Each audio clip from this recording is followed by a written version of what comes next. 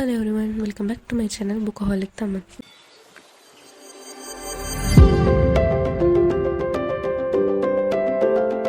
இன்னைக்கு நம்ம ஜெயமோகனோட சூற்று கணக்கு அந்த புக் பற்றின ரிவ்யூ பார்க்க போகிறோம்.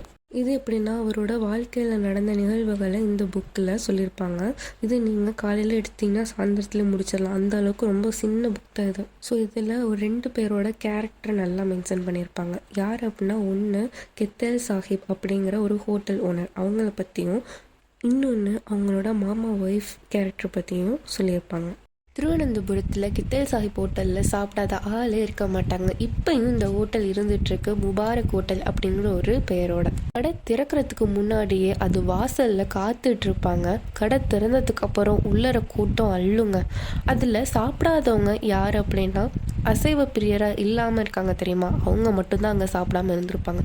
மற்றபடி திருவனந்தபுரம் அப்படின்னாலே கெத்தேல் சாஹிப் ஹோட்டல் தான். கெத்தேல் சாஹிப் அவர்கள் அவங்களோட சமையலுக்கு தேவையான அரிசிலேருந்து மல்லிகை ஜாமான்லேருந்து எல்லாமே அவர் தான் போய் வாங்குவார்.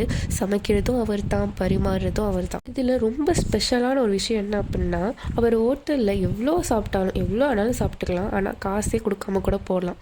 அங்கே ஒரு உண்டியல் மாதிரி வச்சுருப்பாங்க. அதில் உங்களுக்கு மனசுக்கு எவ்வளோ பொண்ணுன்னு தோணுதோ அதை போட்டு போனால் மட்டும் போதும். இந்த புக்கில் ஜெயமோகன் என்ன சொல்கிறாங்க அப்படின்னா, எவ்வளோ தான் நான் சாப்பாடு சாப்பிட்டாலும் இந்த கெத்தேல் சாஹிப்போட சாப்பாடு மட்டும் என்னோட நாக்கில் அந்த ருசி இன்னும் நிற்கிதுங்க அப்படின்னு சொல்கிறாங்க. அது கடையை திறக்கும் போதே, கடையை திறக்கிறதுக்கு முன்னாடியே அவ்வளோ மனம் வெளியில் வருமா. ஜெயமோகன் அவர்கள் கெத்தேல் சாஹிப் ஹோட்டலுக்கு எப்போ வராங்கன்னா 68 அப்படின்னு சொல்லி அவரோட கதையை தொடங்குறாரு. இவருக்கு கன்னியாகுமரி பக்கத்தில் உள்ள ஒசரவில்லை அப்படிங்கிறது இவரோட சொந்த ஊராக இருக்குது. அப்பாவுக்கு ரைஸ் மில்லில் ஒரு கணக்கு பிள்ளை வேலை. அப்போல்லாம் 12th கிடையாது போல், 11th பாஸ் பண்ணிவிட்டு அவங்க காலேஜில் சேர்க்கணும்னு ஆசைப்பட்றாங்க. ஆனால் அப்பாவோட சம்பாத்தியத்தில் அதை நினச்சி கூட இவரால் பார்க்க முடியாது. அதனால திருவனந்தபுரத்தில் இவரோட சொந்த மாமா ஒரு அச்சகம், சுமாரான அச்சகம் வச்சுருக்காரு. அப்பா கூட்டிகிட்டு போய் மாமாட்ட விட்டுடுறாங்க. மாமாவுக்கு அது பிடிச்சிருக்கா என்னன்னு கூட தெரியல, ஆனால் அவங்க மாமிக்கு அது சுத்தமாக பிடிக்கல.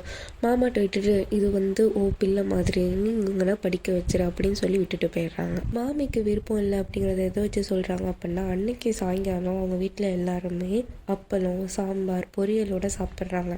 ஆனால் ஜெயமோகனுக்கு மட்டும் அவங்க சாப்பிட்டு முடிச்சுட்டு அடுப்படியில் ஒரு அலுமினிய பாத்திரத்தில் சோறில் தண்ணீர் ஊற்றி கொஞ்சம் குழம்பு ஊற்றி வச்சுருக்காங்க. அவமானங்களும் பட்னியும் அவருக்கு பழக்கம் ஆயிடுச்சு. ஆனால் நாள் ஆக ஆக வீட்டில் எல்லா வேலையும் அவரே இழுத்து போட்டு செய்கிற மாதிரி ஆயிடுச்சு. என்னென்ன வேலைன்னு பார்த்தீங்கன்னா, வீட்டை கூட்டுறது, அவங்களோட 2 மகள்களையும் கொண்டுட்டு போய் ஸ்கூலில் விட்டுறது, கிணத்துல குடமாக தண்ணி எடுக்கிறது, பிள்ளைங்களுக்கு பாடம் சொல்லி கொடுக்கறது, ஹோம் ஒர்க் எழுதி கொடுக்கறது, எல்லாத்தையும் இவரே பண்ண சொல்லிட்டாங்க. நைட் ஆனால் அடுப்படியை கழுவிட்டு தான் வரணும். இம்புட்டுக்கும் அவருக்கு கொடுத்த இடம் என்னன்னா வாசலில் தின்னதான். காலேஜுக்கு ஃபீஸ் கட்டுற நிலமை வருது. அப்போ மாமா கிட்ட அதை பற்றி கேட்குறப்போ என்ன அதெல்லாம் கட்ட முடியாது அப்படின்னு சொல்லிடுறாரு. இந்த சமயம்னு பார்த்தா அவரோட ஃப்ரெண்ட் கே நாகராஜ பணிக்கர் அரிசி மண்டியில் மூட்டை கணக்கு எழுதுகிற வேலைக்கு சேர்த்து விடுறாரு. அவங்க கிட்ட 40 ரூபாய் அட்வான்ஸாக வாங்கி அவரோட காலேஜ் ஃபீஸை கட்டிடுறாரு. இந்த மாதிரி ஜெயமோகன் வேலைக்கு போயிட்டு வந்துட்டுருக்காரு. ஒரு நாள் காலையில் எழுந்து பார்க்குறப்போ அவங்களோட மாமி ஒரு நோட்டை அவரோட முன்னால் வச்சுட்டு போகிறாங்க. என்னன்னு பார்த்தா, அவர் வந்த நாள்லேருந்து சாப்பிட்ட சாப்பாட்டு கணக்கு அதில் எழுதியிருக்கு. ஒரு வேலைக்கு 2 அணா அப்படின்னு கணக்கு போட்டு மொத்தமாக 48 ரூபாய் அவர் கொடுக்கணும் அப்படின்னு எழுதியிருக்கு. இவருக்கு தலையே சுற்றுடுச்சு.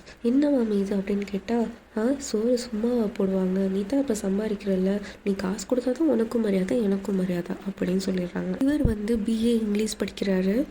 இந்த மாதிரி மாமி சொன்னோன்னா அன்றைக்கி சாயங்காலமே அந்த வீட்டை விட்டு கிளம்பிட்டு அந்த குடோன்லேயே போய் தங்கிடுறாங்க.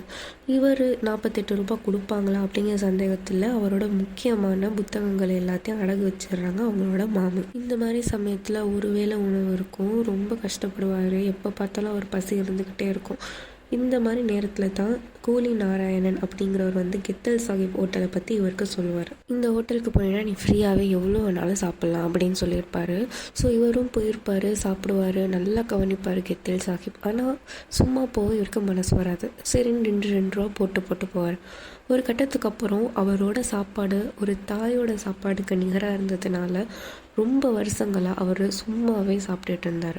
அவரோட ஹோட்டலில் நல்லா சாப்பிட்டு அவருக்கு ரொம்ப ஸ்ட்ரென்த்தாக எல்லா வேலையும் நல்லா பார்த்து ஒரு மேனேஜர் போஸ்ட் கிட்டனா ஒரு நல்ல வேலை கிடச்சிருது.